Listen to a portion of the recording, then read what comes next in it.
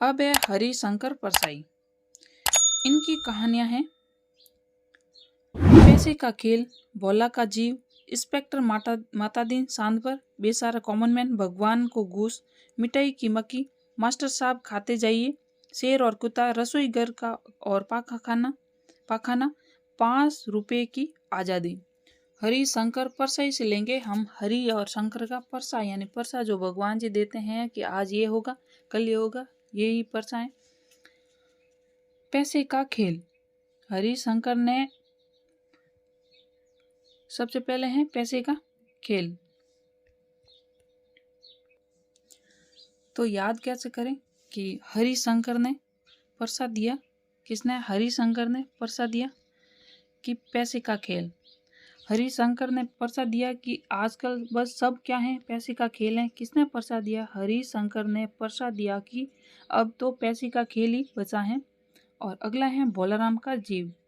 हरिशंकर ने सबसे पहला परसा किसे दिया होगा?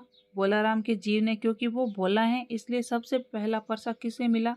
भोलाराम के जीव को मिला। इंस्पेक्टर मातादीन सांद पर, जो हरिशंकर यानी भगवान ने अपने परसा दिया तो उसमें क्या किया कि इंस्पेक्टर था मातादीन, उसको सांद पर भेज दिया। किसको? इंस्पेक्टर मातादीन को सांद पर भेजा हरिशंकर ने अपने परसे से। अब कहानी है बेचारे कॉमन मैन की। कॉमन मैन ने क्या किया कि वो रह गया पीछे। कहाँ से? जो हरिशंकर प्रसाद दे रहे थे उससे ये कॉमन मैन है बेचारा पीछे रह गया। तो बेचारा कॉमन मैन ही पीछे रहा हरिशंकर से परसा पाने में। भगवान को घूस, जैसे वो परसा फेमस है ना बागेश्वर धाम वाला, तो भगवान को घूस, अगर परसा पाना है, हरिशंकर का परसा पाना है तो हम भगवान को घूस नहीं दे सकते। और भगवान कभी भी परसे के लिए हमें घूस लेंगे ही नहीं, इसलिए भगवान को घूस नहीं दे सकते। अगर परसा पाना है तो भगवान को घूस नहीं दे सकते। हरिशंकर ने अपने परसे में क्या बताया? हरिशंकर ने अपने परसे में बताया कि उन्होंने मिठाई की मक्खी बना दी है। मिठाई की क्या बनाई? मक्खी बना दी। मास्टर साहब पान खाते जाइए। हरिशंकर ने परसे से क्या हुआ कि कहा कि मास्टर साहब आप भी पान खाते जाइए, परसा तो मिलता रहेगा। मास्टर साहब थे वो भी हरिशंकर का परसा पाने जा रहे थे, लेकिन कहा कि इन्होंने कहा कि मास्टर साहब पान खाते जाइए, परसा तो बाद में भी मिल जाएगा। शेर और कुत्ता, हरिशंकर का परसा यानी भगवान जी का परसा इतना ज़्यादा फैला हुआ है कि वो क्या करते हैं, शेर और कुत्ते को भी लड़वा सकते हैं। कौन? हरिशंकर जो हैं उनका परसा इतना भारी है कि वो शेर और कुत्ते को भी लड़वा सकते हैं। रसोई घर और पाखाना, जब हरिशंकर परसे के ऊपर परसे देते हैं तो उन्हें भूख लगती है, इसलिए रसोई घर में क्या बन रहे हैं? खाना बन रहा है। रसोई घर और खाना बन रहा है। और पा से बना देंगे पानी। रसोई घर में क्या है? पानी और खाना। 5 रुपए की आज़ादी। हरिशंकर का परसा तो इतना ही है कि हम बस 5 रुपए की आज़ादी यानी 5 दिन की आज़ादी ही पा सकते हैं। किसने परसा दिया? हरिशंकर ने परसा दिया कि हम 5 रुपए की आज़ादी पाएंगे।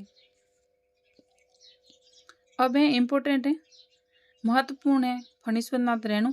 इनकी कहानी संग्रह जो कि क्रम वाइज पूछी जाती हैं, जिसमें है ठुमरी जो कि 1959 में आई थी। ये इनका पहला कहानी संग्रह है, प्रथम कहानी संग्रह है। आदिम रात्रि की महक 1967 में आई थी। अग्निकोर 73 में आई थी 1900, और एक श्रावणी दोपहर की धूप 1984, अच्छे आदमी 1986। अब इनकी ट्रिक बनाई है, क्योंकि क्रम से याद करना है इसलिए ट्रिक बनानी जरूरी है। अगर ट्रिक नहीं बनानी होती तो हम इनके नाम से यानी रेणु से भी याद कर सकते थे। रेणु क्या करती हैं? ठुमरी यानी ठुमकती हैं। कहाँ ठुमकती हैं? आधी रात में ठुमकती हैं तो रेणु की महक आने लगती हैं। और रेणु को क्या होता है कि अग्निखोर जो है पकड़ कर ले जाते हैं।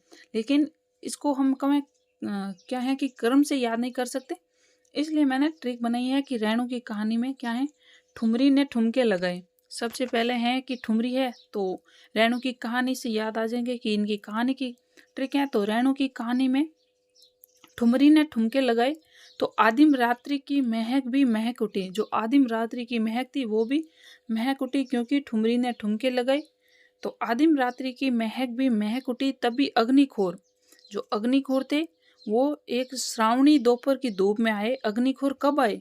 श्रावणी दोपहर की धूप में आए और अच्छे आदमी को उठा ले गए।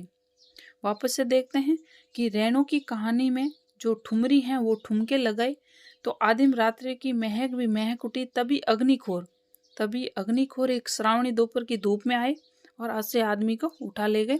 यहाँ तक हमें क्रमवाइज याद हो गया कि ठुमरी, आदिम रात्रि की महक, अग्निखोर, एक श्रावणी दोपहर की धूप, अच्छे आदमी।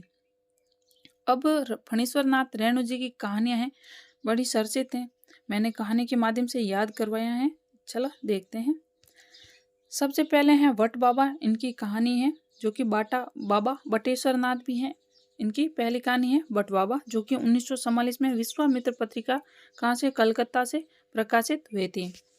आगे हैं रसप्रिया हैं और तीसरी कसम उर्फ मारे गए गुलफाम, जिस पर एक मूवी भी बनी है, तीसरी कसम, नैना जोगिन और लाल पान की बेगम, पंचलाइट, रसूल मिस्त्री, प्राणों में घुले हुए रंग, ठेस हैं, बीमारों की दुनिया में, पहलवान की ढोलक है, संबंधियां हैं, इतिहास, महजब और आदमी है, धर्म क्षेत्र और कुरुक्षेत्र हैं। और इन यही नाम धर्म क्षेत्र कुरुक्षेत्र किनका है? दूधनाथ सिंह जी का भी है। बीती चित्र की मयूरी, अंतिम कहानी है। कौन सी? बीती चित्र की मयूरी रेणु की अंतिम कहानी है। और प्रथम है वट बाबा, प्रथम कहानी संग्रह है ठुमरी। तो 3 बिंदिया और अकल और भैंस क्या है? ये कहानी है रेणु जी की। अब कहानी देखते हैं। कहानी में ये सब नाम, कहानियों के नाम आ जाएंगे। सबसे पहले हैं कि रेणु के वट बाबा ने, रेणु ये समझते हैं कि कोई जगह है, तो रेणु के वट बाबा ने रसप्रिया को देखा। किसे देखा? रेणु के वट बाबा ने किसे देखा? रसप्रिया को देखा, जो कि नैना जोगिन लग रही थी। क्या लग रही थी? नैना जोगिन लग रही थी। इसलिए वट बाबा को क्या पहुंची? ठेस पहुंची। उन्होंने कहा बीमारों की दुनिया में, उन्होंने किसे डांटते हुए कहा? रसप्रिया को डांटते हुए कहा कि बीमारों की दुनिया में तेरी अक्ल भैंस सरने गई है। अक्ल से हो गया अक्ल और भैंस।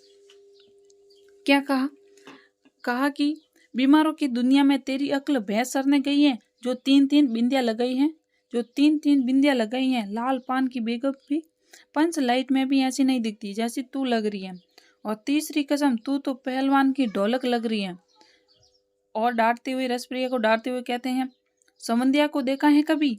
संबंधिया को देखा है कभी? जो बीती चित्र की मयूरी लगती है। मयूरी यानी मोरनी लगती हैं।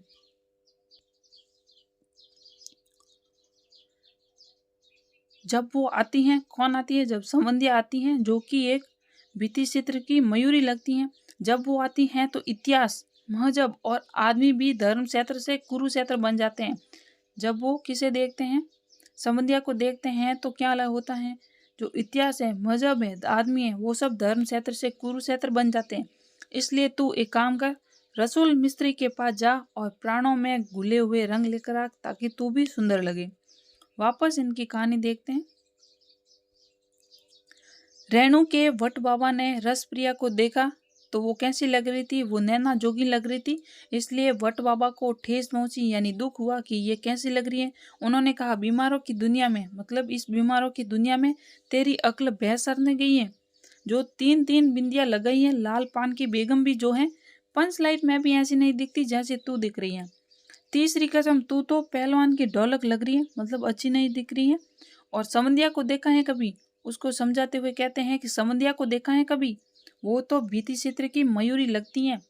जब वो आती हैं तो इतिहास, महजब और आदमी भी धर्म क्षेत्र से कुरुक्षेत्र बन जाता है। इसलिए तू रसूल की मिस्त्री के पास जा और प्राणों में घुले हुए रंग लेकर आ, ताकि तू भी सुंदर लगे।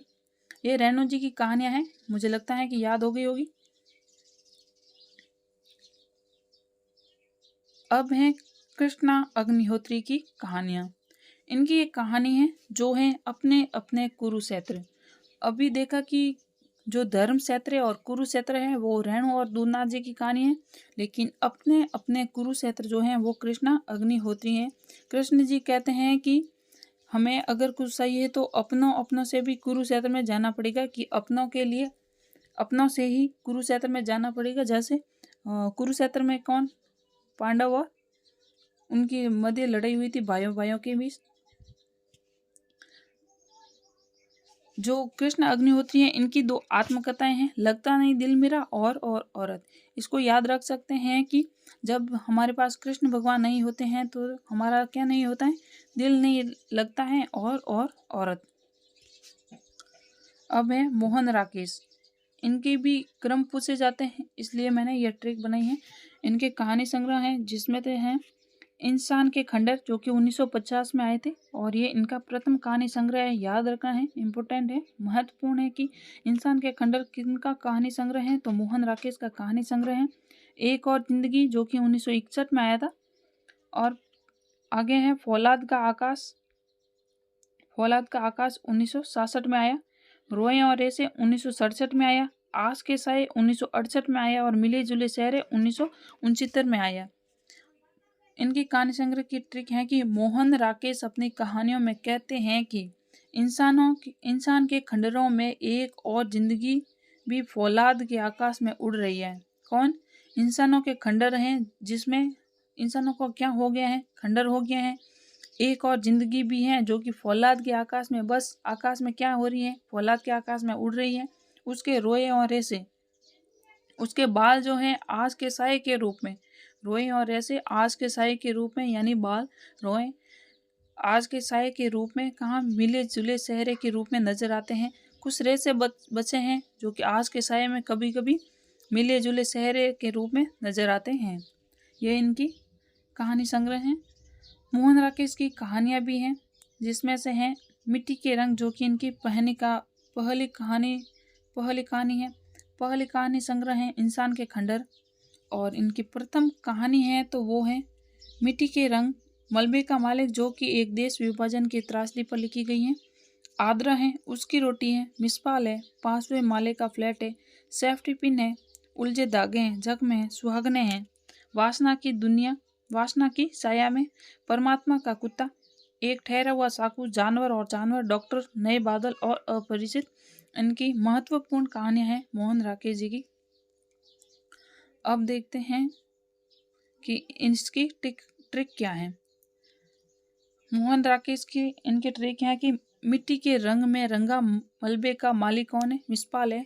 यानी कि मिट्टी के रंग में रंगा हुआ है मलबे का मालिक जो कि मिसपाल है। उसके पास 5वें माले का एक फ्लैट है, लेकिन वो तो उसके पास 5वें माले का फ्लैट है, लेकिन वो क्या है? जानवर और जानवर हैं जिसकी सुहागन है, मतलब उसकी बहुत सारी पत्नियां हैं, तो जिसकी सुहागन है उलझे धागे को सेफ्टी पिन से सुलझाने की कोशिश करती हैं, लेकिन वे वासना की साया में है, मतलब मलबे के मालिक यानी मिसवाल की वासना की साया में है। उनके पास एक ठहरा हुआ साकू भी है, सुहागनों के पास ठहरा हुआ साकू है, पर वे मजबूर हैं, उसे सलाह नहीं सकती क्योंकि उसकी रोटी पर पलती हैं, यानी मिसपाल की रोटी पर पलती हैं। और आद्रा को जख्म भी मिलता है। मिसपाल की जो एक पत्नी का नाम है वो है आद्रा, तो आद्रा को तो जख्म भी मिलता है, मतलब मिसपाल आद्रा को मारता है, इसलिए जख्म भी मिलता है। इसलिए वो क्या करती हैं, अपने अपरिचित डॉक्टर, मतलब जो परिचित नहीं है उस डॉक्टर के पास जाती हैं। डॉक्टर के पास जाती हैं, फिर सोचती हैं कि नए बादल जरूर आएंगे और इस परमात्मा का कुत्ता को क्या करेगा? मार देगा। कौन कहती है? आद्रा कहती है, क्योंकि उसे जख्म मिलता है। वो एक अपरिचित डॉक्टर के पास जाती है अपने जख्म दिखाने के लिए, और मन में सोचती हैं कि नए बादल जरूर आएंगे और इस परमात्मा के कुत्ते को जरूर मारेंगे।